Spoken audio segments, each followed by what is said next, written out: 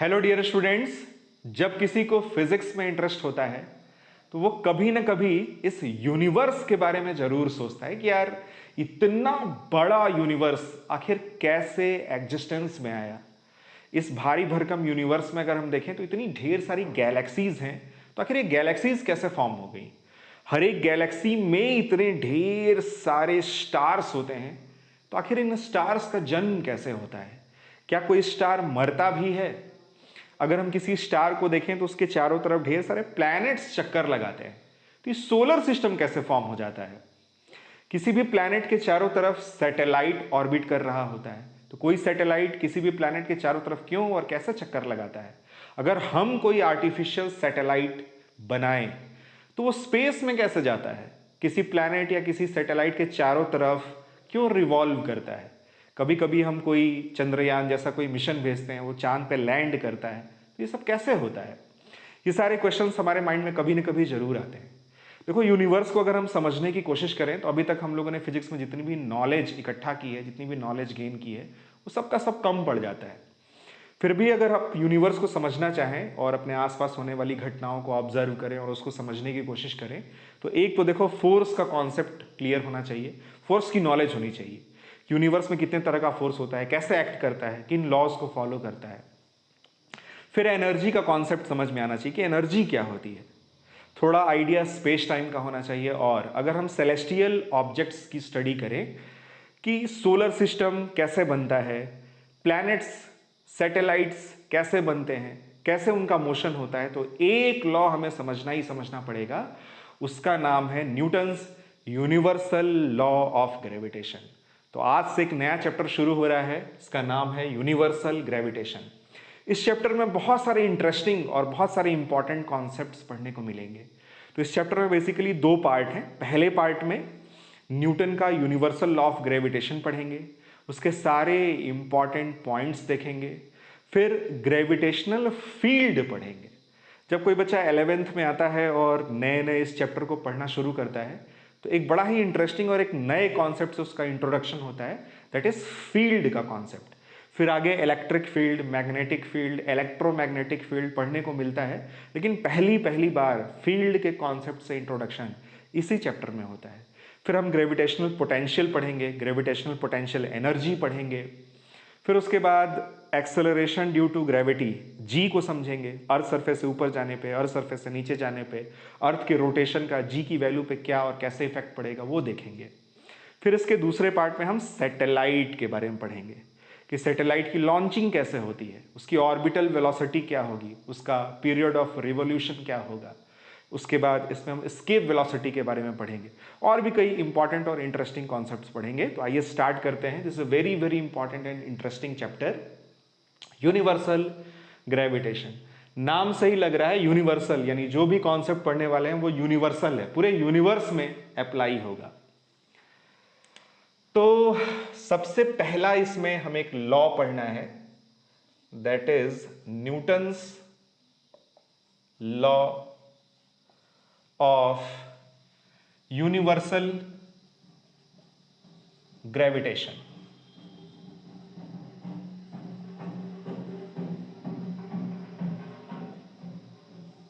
Newton की as सिर्फ 23 years थी जब उन्होंने ये लॉ दिया था।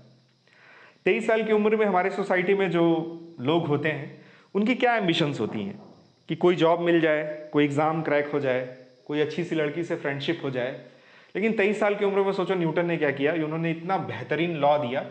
हालांकि इस लॉ का पूरा श्रेय, पूरा क्रेडिट न्यूटन को नहीं जाता है, इसकी एक लंबी हिस्ट्री रही है। देखो, आज ना हम ये कहते हैं कि कोई भी ऑब्जेक्ट अगर गिर रहा है तो अर्थ उसको अट्रैक्ट करता है। कोई भी हमारे अंदर क्यूरियोसिटी होती है तो हम नेट पे जाके सर्च करते हैं कि इसके पीछे ये लॉ काम करता है, उसके पीछे ये लॉ काम करता है। उस टाइम पे ये सब बहुत बड़े बड़े क्वेश्चंस हुआ करते थे कि चांद अर्थ के चारों तरफ ऐसे ऑर्बिटिंग क्यों करता है, किसी चीज को हम छोड़ते हैं तो कौन सा ऐसा फोर्स है जो इसको नीचे की तरफ खींचता है। फिर उस टाइम पे लोग ये भी मानते थे कि अर्थ पे जो ऑब्जेक्ट्स के बीच में लॉज काम करते हैं वो अलग होते हैं, और जो हेवनली ऑब्जेक्ट्स हैं जैसे सन, जैसे स्टार, जैसे मून, उनके बीच जो इंटरेक्शन हो रहा है, उनका जो मोशन हो रहा है, वो अलग लॉ से गवर्न होता है। तो वो न्यूटन ही थे जिन्होंने ये बताया था कि नहीं, जिस लॉ से मून अर्थ के चारों तरफ रिवॉल्व करता है, उसी लॉ से सेव या किसी चीज को हम छोड़ें तो वो भी अर्थ की तरफ अट्रैक्ट होता है। उन्होंने उन दोनों लॉज को कंबाइन किया, यूनिफाई किया, तो एक बहुत बड़ा काम था। तो इसके पीछे 100, 200, 250 साल की हिस्ट्री रही है। बहुत सारे साइंटिस्टों ने अपना सर खपाते खपाते उनके थॉट प्रोसेस से होते होते छन कर फाइनली ये लॉ निकल गया। लेकिन एट लास्ट जो क्रेडिट जाता है वो तो न्यूटन को ही जाता है, क्योंकि न्यूटन ने पीछे जितने भी साइंटिस्टों ने काम किया था उनके काम को क्लब किया, ध्यान से समझा, उनके कुछ इक्वेशंस को यूज किया और फाइनली ये लॉ दिया। तो इसमें गैलीलियो, इसमें योहानस केपलर, टाइको ब्राहे, बहुत सारे साइंटिस्टों का योगदान रहा है। बट वो सारा कंट्रीब्यूशन फिर कभी किसी और वीडियो में देख लेंगे। अभी आगे बढ़ते हैं, न्यूटन से ही स्टार्ट करते हैं, देखते हैं न्यूटन ने क्या किया था। तो देखो ये है अर्थ, अपना प्लैनेट जिसपे इंसानों ने कब्जा कर रखा है चारों तरफ से और इसको हम बर्बाद भी कर रहे हैं। ये है हमारा नेचुरल सैटेलाइट मून, चंदा मामा। अगर अर्थ और मून के बीच की हम डिस्टेंस देखें सेंटर टू सेंटर, तो ये डिस्टेंस लगभग 3.85 इंटू 10⁵ किलोमीटर के आसपास है। और मून अर्थ के चारों तरफ अपना एक चक्कर लगभग 27.3 डेज में कंप्लीट करता है। तो हमने ये पढ़ा है कि अगर कोई भी ऑब्जेक्ट सर्कुलर मोशन कर रहा हो तो सेंटर की तरफ एक एक्सेलरेशन लगेगा ही लगेगा, उसको हम बोलते हैं सेंट्रीपिटल एक्सेलरेशन। तो यहां से हम इस सेंट्रीपिटल एक्सेलरेशन को कैलकुलेट करते हैं। देखो न्यूटन ने क्या किया, न्यूटन ने इस एक्सेलरेशन को कैलकुलेट किया। इसको एक्सेलरेशन ऑफ मून लिखें, इसके लिए लगाते हैं फॉर्मूला ω²r। सेंट्रीपिटल एक्सेलरेशन का कई सारा फॉर्मूला होता है, लेकिन यहां हम ये वाला फॉर्मूला लगाएंगे क्योंकि ओमेगा में 2π/t टाइम पीरियड छुपा होता है। टाइम पीरियड हमें पता है, तो ओमेगा को लिखा हमने 2π/t, इसका स्क्वायर इंटू r। पाई की वैल्यू 3.14, टी की वैल्यू 27.3 डेज, उसको सेकेंड में कन्वर्ट कर लेंगे। आर 3.85 इंटू 10⁵ किलोमीटर, उसको मीटर में कन्वर्ट कर लेंगे। फाइनली सॉल्व करने पे आएगा acceleration of moon is equals to 0.0027 metre per second square. छोटा सा ही एक्सेलरेशन है, बट हमने मून का एक्सेलरेशन कैलकुलेट कर लिया। अब न्यूटन ने ये सोचा कि यार ये एक्सेलरेशन किस फोर्स की वजह से आ रहा है। तो अगर एक्सेलरेशन इधर है तो फोर्स भी इधर ही लग रहा होगा, यानी किधर, अर्थ के सेंटर की तरफ। तो एक ऑब्वियस सा आंसर ये है कि अर्थ मून को अट्रैक्ट करता है। तो ये सोच रहे थे कि यार अर्थ वाकई में मून को अट्रैक्ट करता है क्या, कहीं अर्थ ही तो मून को अट्रैक्ट नहीं करता है या कोई और फोर्स होता है। यही सोचते सोचते सोचते सोचते एक दिन वो अपने बगीचे में बैठे थे और एक सेब टूटा और नीचे गिरा। तब उनका जो ये आइडिया था वो स्पार्क हुआ और उनका शक यकीन में बदला कि अर्थ मून को ही नहीं सभी ऑब्जेक्ट्स को अपने सेंटर की तरफ अट्रैक्ट करता है। कुछ लोग तो ये कहते हैं कि सेब जो है वो सीधे उनकी खोपड़ी पे ही गिर गया था और सीधे उन्होंने ये लॉ लिख दिया था। ऐसा नहीं है, काफ़ी टाइम से वो इस लॉ के बारे में सोच रहे थे और पीछे के जो साइंटिस्टों ने अपना कंट्रीब्यूशन दिया था, अपने अपने जो थॉट्स के थ्रू उन्होंने अपने रिजल्ट्स निकाले थे, उन रिजल्ट्स को उन्होंने यूज़ किया। तो ये समझा उन्होंने कि अर्थ मून को अट्रैक्ट करता है, फिर सेब गिरा, फिर उनका शक यकीन में बदला कि अर्थ सभी ऑब्जेक्ट्स को अपने सेंटर की तरफ अट्रैक्ट करता है। फिर उन्होंने उस एप्पल का एक्सेलरेशन निकाला, एक्सेलरेशन ऑफ द एप्पल। किसी भी चीज को जब हम अर्थ सरफेस के नजदीक छोड़ते हैं तो उसमें जो एक्सेलरेशन होता है वो 9/10 में आपने पढ़ा होगा, एक्सेलरेशन ड्यू टू ग्रेविटी यानी जी के इक्वल होता है, that is 9.8 metre per second square. अब यहां से अगर हम acceleration of apple divided by acceleration of moon देखें तो इसमें अगर इसका डिवाइड करेंगे तो ये लगभग आएगा 3600 के आसपास। ये आ गया पहला रिजल्ट, इसको लिख लेते हैं *1। फिर उन्होंने कैलकुलेट किया डिस्टेंस ऑफ मून। मून की डिस्टेंस कितनी है, 3.85 इंटू 10⁵। और डिस्टेंस और एप्पल देखा जाए अगर, अर्थ के सेंटर से एप्पल की डिस्टेंस कितनी रही होगी, अर्थ का रेडियस होता है 6400 किलोमीटर, प्लस अर्थ सरफेस से उस पेड़ पे जहां सेब टंगा होगा वहां की हाइट लेनी है। हाइट कितनी होगी, 4 मीटर, 5 मीटर, 10 मीटर। तो अर्थ के रेडियस के कंपैरिजन में 10 मीटर 5 मीटर नेग्लेक्ट कर देंगे, छोड़ देंगे। तो ये डिस्टेंस अर्थ की रेडियस की इक्वल होगी, दैट इज 6400 किलोमीटर। अगर इसमें इसका डिवाइड करें तो हमें distance of moon divide by distance of Apple, ये कितना मिलेगा? इसको अगर इसमें डिवाइड करें तो ये लगभग आएगा 60। अब देखो बहुत ही ध्यान से, अब इसमें एक तरफ है हमारे पास, इसको लिख लेते हैं रिजल्ट नंबर *2। ये है एक्सेलरेशन और ये है डिस्टेंस। अगर हम ये देखें तो 60 का स्क्वायर होता है 3600। क्या यहां से लिखा जा सकता है acceleration of apple divided by acceleration of moon is equals to distance of moon divide by distance of apple और इसका स्क्वायर।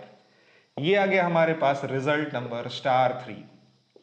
बताओ अच्छा, क्या यहां से हम ये कह सकते हैं, हमने दो ऑब्जेक्ट्स को कंपेयर किया, मून को और एप्पल को, और डिस्टेंस और एक्सेलरेशन के बीच में ये रिलेशन आ रहा है।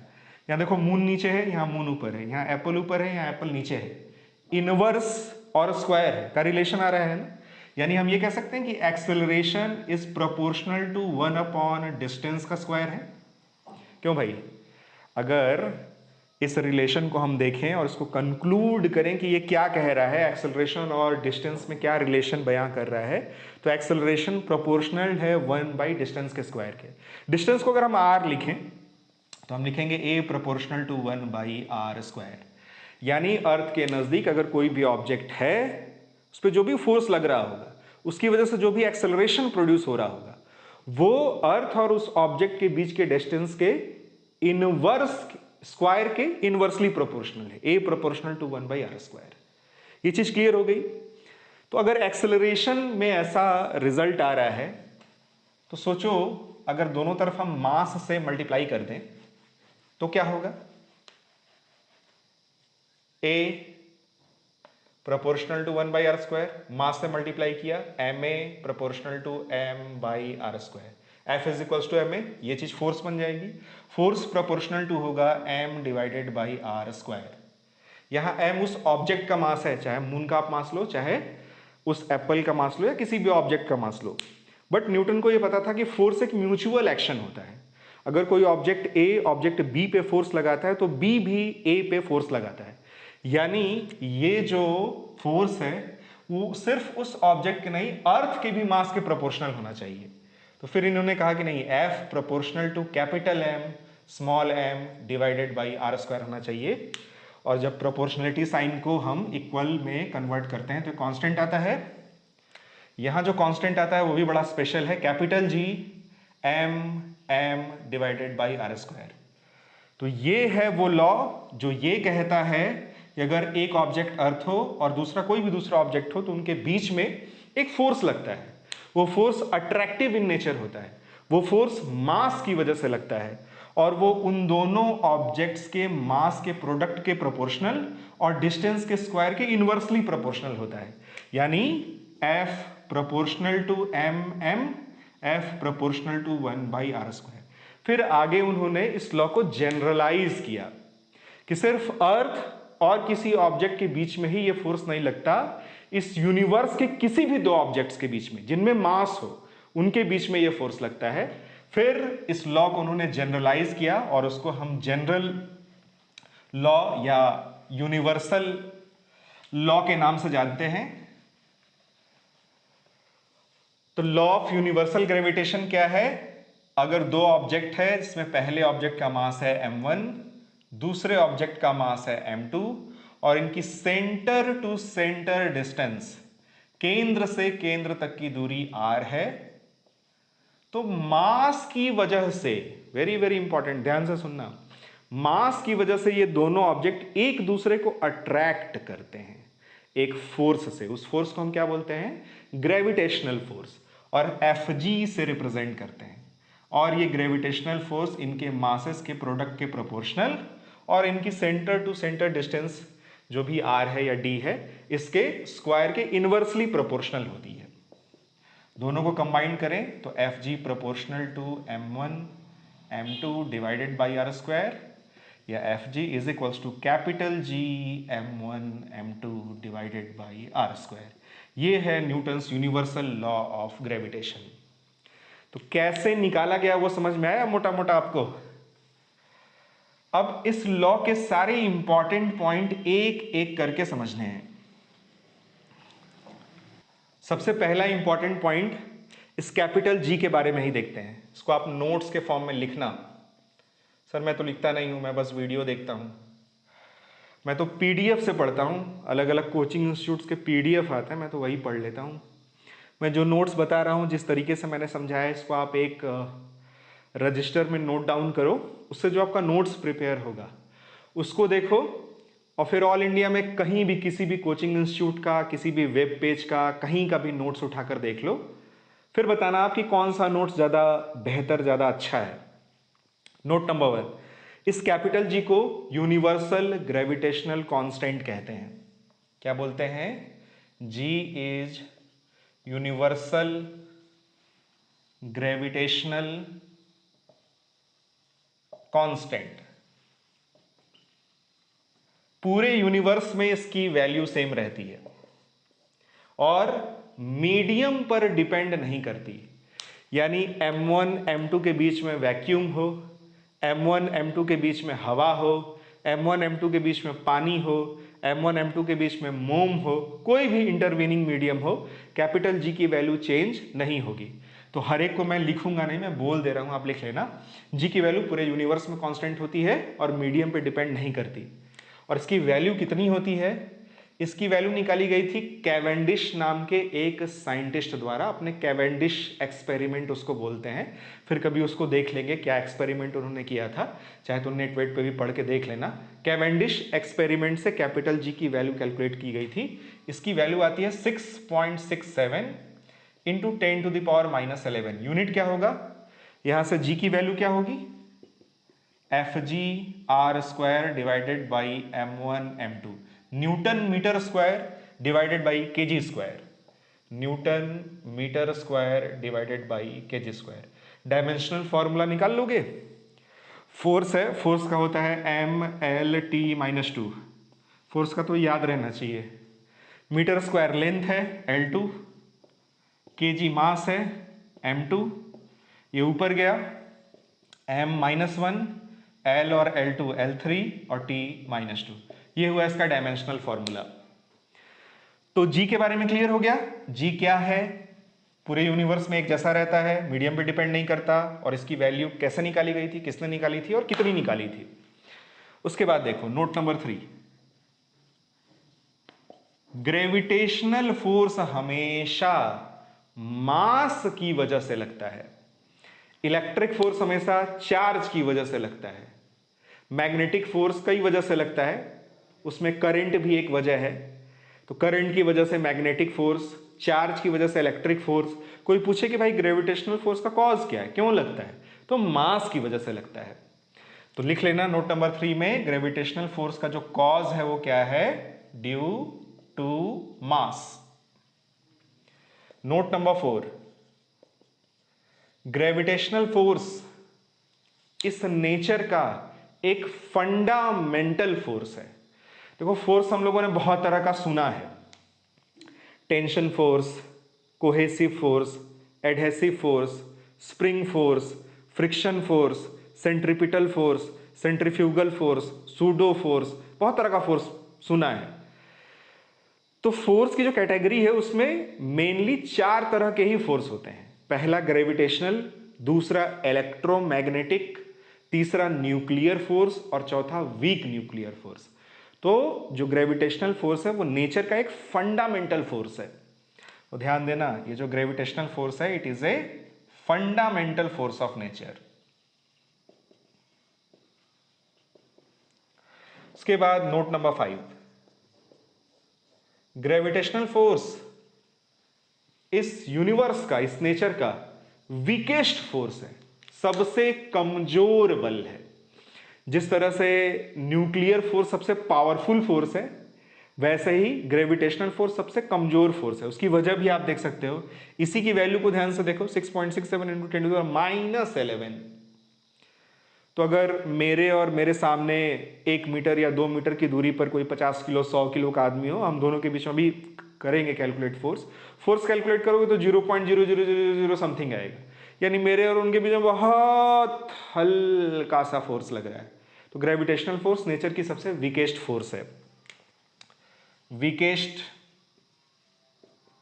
Force of nature. वीकेस्ट है बट इसका इंपॉर्टेंस बहुत ज्यादा है।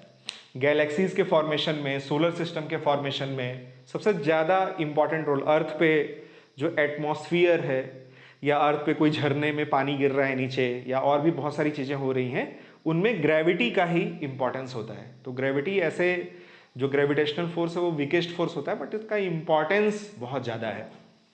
वीकेस्ट फोर्स ऑफ नेचर हो गया। नोट नंबर 6, देखो ग्रेविटेशनल फोर्स हमेशा अट्रैक्टिव इन नेचर होगा। ऐसा नहीं होगा कि m1 मास वाला ऑब्जेक्ट m2 मास वाले ऑब्जेक्ट को ग्रेविटेशनल फोर्स से रिपेल करे, ऐसा कभी नहीं होगा। It is a law of nature. तो m1 m2 अगर ग्रेविटेशनल फोर्स लगा रहे हैं तो हमेशा कैसा होगा, अट्रैक्टिव इन नेचर, एक दूसरे को हमेशा खींचेंगे। तो ये लिख लेना नोट नंबर 6 में, ग्रेविटेशनल फोर्स कैसा होता है, ऑलवेज अट्रैक्टिव इन नेचर। अब आगे बढ़ते हैं, अगला नोट देखते हैं, नोट नंबर 7। ये जो ग्रेविटेशनल फोर्स है न्यूटन्स थर्ड लॉ को फॉलो करता है। थर्ड लॉ पता है सभी को कि अगर ये एक ऑब्जेक्ट है m1, ये एक दूसरा ऑब्जेक्ट है m2, तो दोनों के बीच में जो ग्रेविटेशनल फोर्स लगेगा वो मैग्नीट्यूड में इक्वल होगा, डायरेक्शन में अपोजिट होगा, एक्शन लाइन में सेम होगा, सेम इंस्टेंट पे लगेगा। यह है एक्शन रिएक्शन लॉ। तो ये फोर्स है अगर F1 और ये फोर्स है अगर F2, या ऐसा लिखें F12, force on one due to two, इसको लिख देते हैं F21। और अगर इसको आप वेक्टर फॉर्म में लिखें तो आप लिखेंगे force on one due to two will be equal to minus force on two due to one. और अगर मैग्नीट्यूड की बात करें तो दोनों का मैग्नीट्यूड सेम होगा। कभी कभी इस पे क्वेश्चन भी पूछ लिया जाता है कि एक ऑब्जेक्ट है 1000 kg का, एक ऑब्जेक्ट है बेचारा छोटा सा 1 kg का। पूछा जाए कि अगर ये इस पे सपोज F0 का फोर्स लगाता है ग्रेविटेशनल, छोटे वाले ने बड़े वाले को खींचा अपनी तरफ, कितना फोर्स लगाया, F0। पूछा जाएगा कि ये वाला इस पे कितना फोर्स लगाएगा, 1000 F0, F0 बाई 1000 या F0 100 F0 या F0 बाई 100, इस तरह के 4 ऑप्शन दे दिए जाएंगे। तो ये न्यूटन्स थर्ड लॉ को फॉलो करता है, जितना फोर्स ये इस पे लगाएगा उतना ही फोर्स ये भी इस पे लगाएगा। और कभी कभी दोनों का रेशियो पूछ लिया जाता है कि इसके द्वारा इस पे लगा फोर्स F है, इसके द्वारा इस पे लगा फोर्स F डैश है, तो आप F अपॉन F डैश की वैल्यू बताओ। अरे 1 होगा भाई, दोनों जो फोर्स की वैल्यू है वो सेम होती है। और इस केस में भी ये भी ऐसा नहीं है कि इसका मास अगर 1000 टाइम्स है तो फोर्स भी 1000 हो जाएगा, ऐसा नहीं है। ये वाला फोर्स भी F0 ही होगा। ये समझ गए, इसमें कोई डाउट नहीं है। तो अगला नोट क्या सीखा हम लोगों ने, कि ये एक्शन रिएक्शन लॉ को फॉलो करता है। उसके बाद अगला पॉइंट देखते हैं, नोट नंबर 8। Fg यानी gravitational force inverse square law को भी फॉलो करता है। इनवर्स स्क्वायर लॉ क्या होता है, कोई भी फोर्स या कोई भी इंटेंसिटी अगर उसका डिस्टेंस के साथ ऐसा रिलेशन होता है कि डिस्टेंस के स्क्वायर की इनवर्सली प्रोपोर्शन होता है, तो हम वो बोलते हैं कि इनवर्स स्क्वायर लॉ को फॉलो करता है। Gravitational force, electric field, gravitational field, ये सारे के सारे यूनिवर्स स्क्वायर लॉ को फॉलो करते हैं। लाइट की भी जो इंटेंसिटी होती है वो यूनिवर्स स्क्वायर लॉ को फॉलो करती है। डिस्टेंस डबल होगी तो फोर्स 1/4 रह जाएगा। क्लियर हुआ? 2 डिस्टेंस डबल करोगे तो 2 का स्क्वायर क्या होगा, 4, 1/4 यानी फोर्स की वैल्यू 1/4 हो जाएगी, घट जाएगी। जैसे जैसे डिस्टेंस बढ़ाते जाओगे फोर्स की वैल्यू घटती चली जाएगी। फिर अगला नोट देखते हैं। नोट नंबर क्या था? 9, 10 देख लेना जो भी है। ये ग्रेविटेशनल फोर्स सुपरपोजिशन प्रिंसिपल को भी फॉलो करता है। अब ये क्या चक्कर है? सुपरपोजिशन प्रिंसिपल, इसको जरा ध्यान से समझो, क्योंकि 11th में जब हम पहली बार ग्रेविटेशन वाला चैप्टर पढ़ते हैं तो पहली बार ये भी सुनने को मिलता है, सुपरपोजिशन प्रिंसिपल। ये क्या है सुपरपोजिशन प्रिंसिपल? देखो, से मान लो ये एक ऑब्जेक्ट है, इसका मास है m, इसके आसपास कई सारे मासेस हैं, m1, m2, m3, mn। तो अगर ये सब नहीं होते, सिर्फ ये दोनों मासेस रहते इस यूनिवर्स में, तो इस लॉ के अकॉर्डिंग ये दोनों एक दूसरे को अट्रैक्ट करते इस लॉ से। तो अगर इसकी वजह से हम सिर्फ इस पे फोर्स देखें तो ये ऐसे फोर्स लगाता, अट्रैक्टिव इन नेचर होता, और जितने नोट्स अभी हम लोगों ने डिस्कस किए हैं सारे इस पर्टिकुलर फोर्स के लिए, वो सारे के सारे नोट्स एप्लीकेबल होते, फॉलो करते। इस फोर्स को लिख देते हैं F1। अब अगर यूनिवर्स में ये वाला ऑब्जेक्ट आ जाए तो क्या होगा? क्या इसकी वजह से इस पे जो फोर्स लग रहा है वो डिस्टर्ब हो जाएगा? क्या इसकी वजह से इस पे जो फोर्स लग रहा है वो घट जाएगा? या इसके प्रेजेंस की वजह से फोर्स का डायरेक्शन चेंज हो जाएगा? क्या होगा? तो सुपरपोजिशन प्रिंसिपल ये कहता है कि दो ऑब्जेक्ट्स के बीच में, अच्छा इसमें एक पॉइंट छूट गया, इस फोर्स की जो एक्शन लाइन होती है वो सेंटर टू सेंटर जो लाइन ज्वाइनिंग है, दोनों के सेंटर टू सेंटर को जो ज्वाइन करने वाली लाइन है, उस लाइन के अलोंग ही ये ग्रेविटेशनल फोर्स लगता है, और ये एक सेंट्रल फोर्स है। चलो अभी अगले नोट में डिस्कस कर लेंगे। तो इसकी वजह से इस पे जो फोर्स लग रहा है वो अन्य मासेस के प्रेजेंस पे डिपेंड नहीं करता। तो चाहे ये रहे चाहे न रहे, ये वाला इस पे इसी लॉ के अकॉर्डिंग अपना फोर्स लगाएगा। अब अगर ये आ जाएगा तो क्या होगा? ये भी इसको अपने सेंटर की तरफ अट्रैक्ट करेगा। इसका फोर्स मान लेते हैं F2 वेक्टर। जैसे मान लो आप यहां पे हो, यहां कोई लड़की आती है, क्या होगा? अट्रैक्शन होगा नहीं होगा? होगा। आप, ये सब नेचुरल चीजें होती है, इसमें बहुत ज्यादा वो नहीं करना चाहिए कि यार ऐसा क्यों हो रहा है। जैसे ये लॉ है ना, वैसे ही ये भी एक लॉ है, और जिसको अट्रैक्शन नहीं होता है ना उसको फिर बाद में दवा चलता है न्यूरो वगैरह का। तो अगर ये इसको अट्रैक्ट करता है या ये इसको अट्रैक्ट करती है, अब मान लो कोई और आ जाए बगल में उससे भी खूबसूरत, तो क्या होगा? तुम इसको नहीं देखोगे, इसके तरफ अट्रैक्ट नहीं होगे, इसके तरफ भी अट्रैक्ट होगे, इसके तरफ भी अट्रैक्ट होगे। वैसा ही इसमें भी होता है। तो अगर ये वाला इसको अट्रैक्ट कर रहा है जिस भी फोर्स से, तो ये वाला ऑब्जेक्ट चाहे रहे चाहे ना रहे, इसके फोर्स पे कोई फर्क नहीं पड़ता। फिर ये वाला अगर ऑब्जेक्ट होगा तो क्या होगा? ये वाला इसे खींचेगा अपनी तरफ, मान लेते हैं ये वाला फोर्स है F3 वेक्टर, ये वाला इसे अपनी तरफ अट्रैक्ट करेगा, ये मान लेते हैं FN वेक्टर। अब अगर कोई पूछे कि भाई इस पर टोटल फोर्स बताओ, तो टोटल फोर्स हो जाएगा पहले वाला फोर्स प्लस दूसरा वाला फोर्स प्लस तीसरा वाला force plus dot dot dot जितने भी फोर्स होंगे प्लस ये nth फोर्स। और सारे वेक्टर्स का हम रिजोल्यूशन कैसे करते हैं? कई सारे वेक्टर अगर किसी ऑब्जेक्ट पे लग रहे हो तो रिजल्टेंट कैसे निकालते हो? तो मैंने वेक्टर में ही पढ़ाया था, आपको भी पता होगा। कैसे निकालते हैं पता है? नहीं पता? देखो, देख लो, x झटके से y, किसी ऑब्जेक्ट पे एक फोर्स इधर लग रहा है, एक फोर्स इधर लग रहा है, एक इधर लग रहा है, एक इधर लग रहा है, एक इधर लग रहा है, पूछा जाए कि रिजल्टेंट बताओ, तो इसका along x along y component करेंगे। तो ये गया, एक कंपोनेंट इधर एक कंपोनेंट इधर मिला, इसका भी एक कंपोनेंट इधर एक कंपोनेंट इधर मिलेगा। ये वैसे ही नेगेटिव x की तरफ है, उसका कंपोनेंट करने की जरूरत नहीं है। इसका भी आप कंपोनेंट करोगे, एक ऊपर एक इधर मिलेगा, इसका भी कंपोनेंट करोगे, एक इधर और एक नीचे मिलेगा। तो सारे फोर्सेस किधर किधर शिफ्ट हो गए? along positive x negative x positive y negative y। Problem थोड़ी सी सॉल्व हो गई। फिर इन दोनों को देखो, इसमें सारे फोर्सेस का सम करो, इसमें सारे फोर्सेस का सम करो। मान लो ये सारा फोर्स आ गया F1 और ये सारा फोर्स जोड़ने पे आ गया F2। देखेंगे कौन बड़ा है, बड़े वाले में से छोटे वाले को माइनस कर देंगे। मान लो F2 बड़ा है, F2 माइनस F1 करने पे ये इतना आया, F2 माइनस F1। वैसे ये सारा ऐड करेंगे, ये सारा ऐड करेंगे, फिर जो बड़ा होगा उसमें से छोटे वाले को माइनस करेंगे। तो मान लेते हैं उनका रिजल्टेंट ये इधर आ गया। अब प्रॉब्लम और छोटी हो गई, अब हमारे पास सिर्फ दो पर्टिकुलर म्यूचुअली परपेंडिकुलर डायरेक्शन में फोर्सेस हैं, तो दो परपेंडिकुलर वेक्टर्स का रिजल्टेंट कैसे निकालते हैं? रूट ओवर पहले वाले फोर्स का स्क्वायर प्लस दूसरे वाले फोर्स का स्क्वायर, बस इससे जो रिजल्टेंट होगा वो निकल जाएगा। तो वैसे ही इस पर अगर नेट फोर्स पूछा जाएगा, रिजल्टेंट फोर्स पूछा जाएगा, तो जो वेक्टर के हम लोगों ने कॉन्सेप्ट पढ़े हैं वो अप्लाई करेंगे। तो आई होप आपको सुपरपोजिशन प्रिंसिपल क्लियर हो गया होगा कि एक ऑब्जेक्ट की वजह से दूसरे ऑब्जेक्ट पर लगा ग्रेविटेशनल फोर्स तीसरे, चौथे, पांचवें किसी भी दूसरे ऑब्जेक्ट के प्रेजेंस पे डिपेंड नहीं करता। अब अगला देखते हैं, नोट नंबर 10।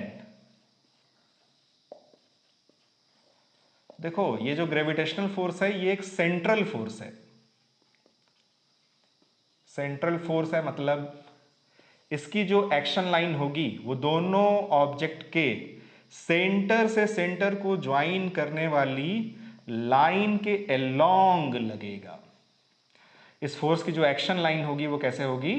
सेंटर से सेंटर को ज्वाइन करने वाली लाइन के अलोंग। अट्रैक्टिव इन नेचर होगा, न्यूटन्स थर्ड लॉ को फॉलो करेगा, मैग्नीट्यूड भी सेम होगा। यहां 3-4 मैं एग्जाम्पल्स दे रहा हूं, आप इसको ध्यान से देखो। हमें सिर्फ क्या करना है इन एग्जाम्पल्स में, इस ग्रेविटेशनल फोर्स की एक्शन लाइन को ड्रॉ करना है।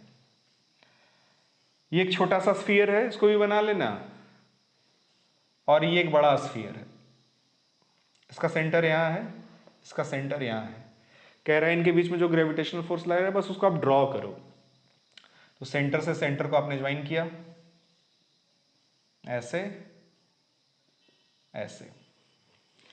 यहां एक छोटा सा क्यूब है, यहां एक बड़ा सा क्यूब है, यहां सेंटर, ये सेंटर।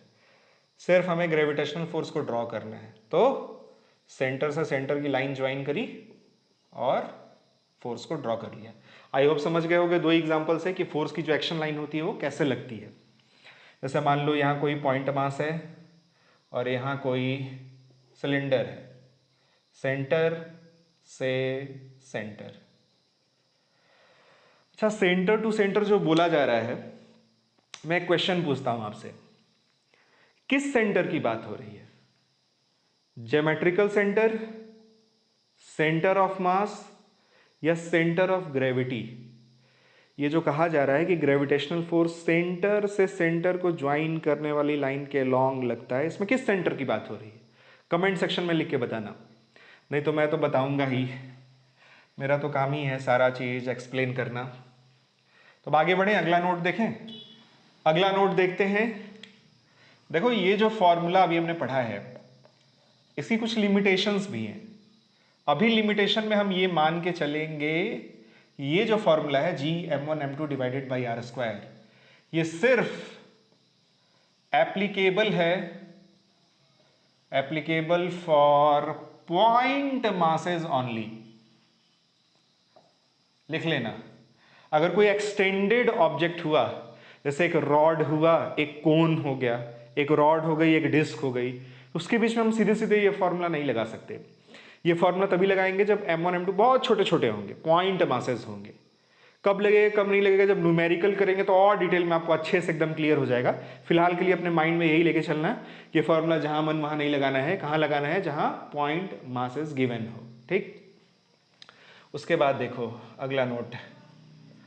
अगले नोट में कुछ कॉमन मिसकंसेप्शन की चर्चा करते हैं। जैसे ही ये लॉ आदमी पढ़ता है उसके दिमाग में आता है कि यार मेरे कमरे में इतने सारे ऑब्जेक्ट्स हैं, फैन है, इतनी ईंटें हैं, दीवार है, टेबल है, चेयर है, इतने ढेर सारे ऑब्जेक्ट्स हैं। सर कह रहे हैं कि हर वो ऑब्जेक्ट जिनमें मास हो वो एक दूसरे को अट्रैक्ट करते हैं। तो ये मुझे खींच रहा है, मैं इसको खींच रहा हूँ, मैं कैमरे को खींच रहा हूँ, कैमरा टेबल को खींच रहा है, सब इतना सारा फोर्स लग रहा है। बिल्कुल सही लग रहा है। तो आप सोच रहे होंगे कि इतना सारा फोर्स लग रहा है तो कोई भी ऑब्जेक्ट दूसरे ऑब्जेक्ट की तरफ जा क्यों नहीं रहा है? कॉमन सा एक क्वेश्चन हो सकता है। तो देखो ग्रेविटेशनल फोर्स, अभी मैंने एक नोट में बताया था कि वीकेस्ट फोर्स ऑफ नेचर है। तो दैनिक जीवन में छोटे छोटे ऑब्जेक्ट्स के बीच में जो फोर्स लगता है वो बहुत ही कम होता है। कितना कम होता है, चलो कैलकुलेट करते हैं। से मान लो यहाँ एक लड़का है मखनचू और यहाँ उसकी पार्टनर है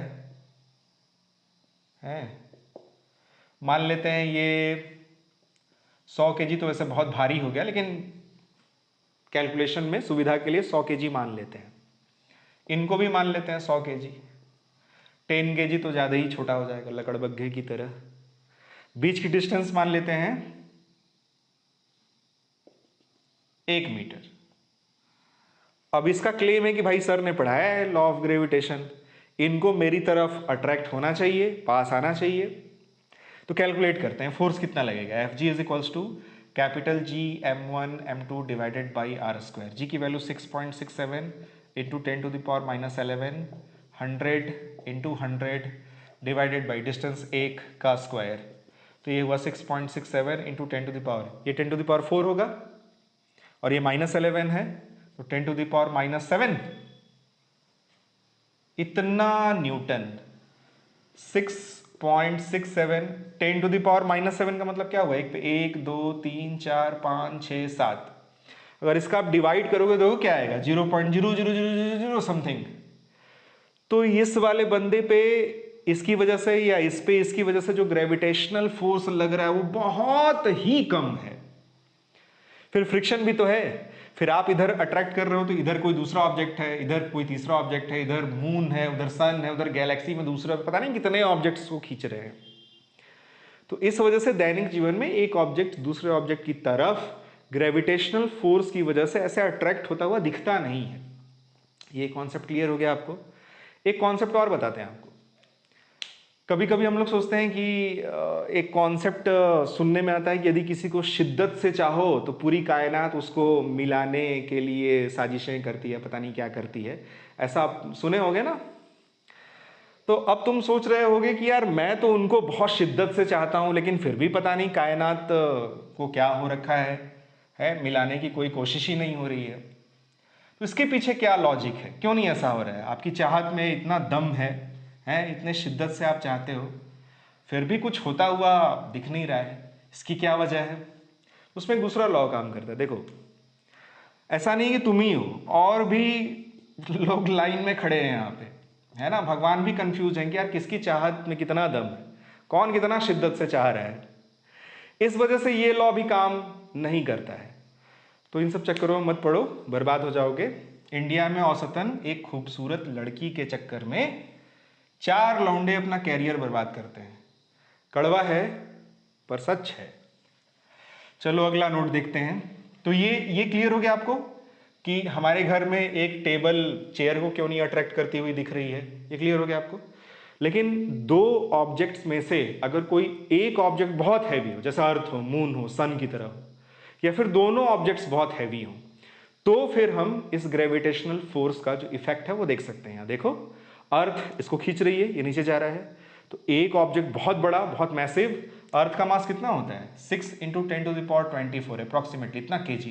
इतना हैवी मास होने की वजह से फिर जब आप फॉर्मूले में फिट करोगे तो 10⁻−11 और 10⁻24 में एक अच्छा खासा फोर्स बन जाएगा, तब उस फोर्स का इफेक्ट हमें देखने को मिलेगा। तो एक कॉमन मिसकंसेप्शन क्लियर हो गया होगा आपको। दूसरा, कभी कभी बच्चे क्या पूछते हैं, बड़ा सिली क्वेश्चन पूछते हैं कि सर ये अर्थ है, ये नॉर्थ पोल है, साउथ पोल है, ये अलग अलग अर्थ के सरफेस पे ऐसे कंट्रीज हैं। तो कोई बंदा अगर यहाँ खड़ा है तब तो ठीक है, इस पे अर्थ का ऐसे ग्रेविटेशनल फोर्स लग रहा है ना। कोई बंदा जो यहाँ होगा या यहाँ होगा, ये तो सर चू जाएगा। ऐसा भी बच्चे क्वेश्चन पूछते हैं। तो ये नहीं चुएगा भाई, इसको भी वैसा ही फील होगा कि मेरा पैर जमीन पे है, सर ऐसे ऊपर है, यानी वो अर्थ सरफेस पे है, इसको भी वैसा ही फील होगा। लेकिन ये ऐसा नहीं कि चू जाएगा नीचे। अर्थ हर एक ऑब्जेक्ट को अपने सेंटर की तरफ खींचती है, तो ये भी चिपका रहेगा, ये भी चिपका रहेगा, ये भी चिपका रहेगा, तो ऐसा कुछ नहीं होगा। तो ये कॉन्सेप्ट भी क्लियर हो गया आपको, वेरी गुड। अब आगे बढ़ते हैं, अगला नोट देखते हैं। देखो, अगला जो नोट है उसमें हमें क्या लिखना है, केवल ये जो इक्वेशन है F G is equals to G m1 m2 divided by R square, ये कंप्लीट इक्वेशन नहीं है या मोस्ट एक्यूरेट इक्वेशन नहीं है। जो लेटेस्ट रिसर्च हैं वो ये बताती हैं कि ग्रेविटेशनल फोर्स को ज़्यादा अच्छे तरीके से इस इक्वेशन से हम रिप्रेजेंट कर सकते हैं, G infinite m1 m2 divided by R square 1 + r by lambda alpha e⁻⁻r by lambda. अब ये क्वेश्चन क्या है, कहाँ से आया, इसमें अलग अलग चीज़ों की वैल्यू क्या होती है, मतलब क्या होता है, वो थोड़ा आउट ऑफ द सिलेबस वाली बात है, तो इसमें हम डिटेल में नहीं जाएंगे। बस आप नोट में लिख लेना कि एक्चुअल जो फॉर्मूला होना चाहिए वो ऐसा होना चाहिए, ये फॉर्मूला इसका एक सबसेट है। उसके बाद अगला नोट, अगले नोट में जब भी आपके पास टाइम हो एक मूवी देखना। देखो साइंस फिक्शन वाली मूवीज देखनी चाहिए। वॉच ए मूवी, इसका नाम है ग्रेविटी। बहुत अवार्ड विनिंग मूवी है, बहुत अच्छी मूवी है और 1-1.5 घंटे की ही है। इसको डाउनलोड वगैरह तो कर ही लोगे, इसमें तो मास्टर ही हो गए आप लोग। तो ग्रेविटी मूवी डाउनलोड करना और इसको देखना। तो आज हम लोगों ने, आज की क्लास यहीं समाप्त होती है। आई होप आपको अच्छे से ये समझ में आया होगा कि लॉ ऑफ ग्रेविटेशन कैसे फॉर्मुलेट हुआ और उसके सारे इंपॉर्टेंट पॉइंट्स क्या थे। अब इसमें आप अगला हेडिंग डाल देना, टू मास सिस्टम। अब टू मास सिस्टम के बारे में कुछ इंपॉर्टेंट चीजें पढ़ेंगे अगली वीडियो में, और ये जो हम लोगों ने फॉर्मूला पढ़ा है इस पे कुछ बहुत ही अच्छे न्यूमेरिकल्स देखेंगे। तो आई होप आपको अच्छे से ग्रेविटेशनल फोर्स के बारे में कॉन्सेप्ट क्लियर हुआ होगा। चलो फिर मिलते हैं अगली वीडियो में।